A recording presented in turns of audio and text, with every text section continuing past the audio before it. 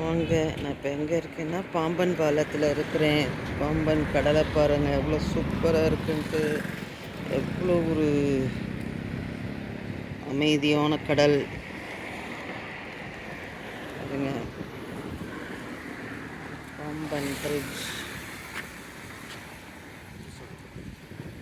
மனிதருடைய சக்தி எவ்வளோ அபிரிதமானதுன்னு பாருங்கள். கடவுள் நம்மளை எவ்வளோ சக்தி வாய்ந்தவங்களாக படைச்சிருக்காங்க. ஆனால் நம்ம தான் கவலைப்பட்டுக்கிட்டே காலத்தை கழிச்சிட்ருக்கோம். நம்ம சக்தியினால் உருவான ஒரு பிரிட்ஜு, பழைய பிரிட்ஜு, அதுக்கு பக்கத்தில் இப்போ புதுசாக கட்டிகிட்டு இருக்காங்க. பாருங்க, கடல், எங்கும் கடல்.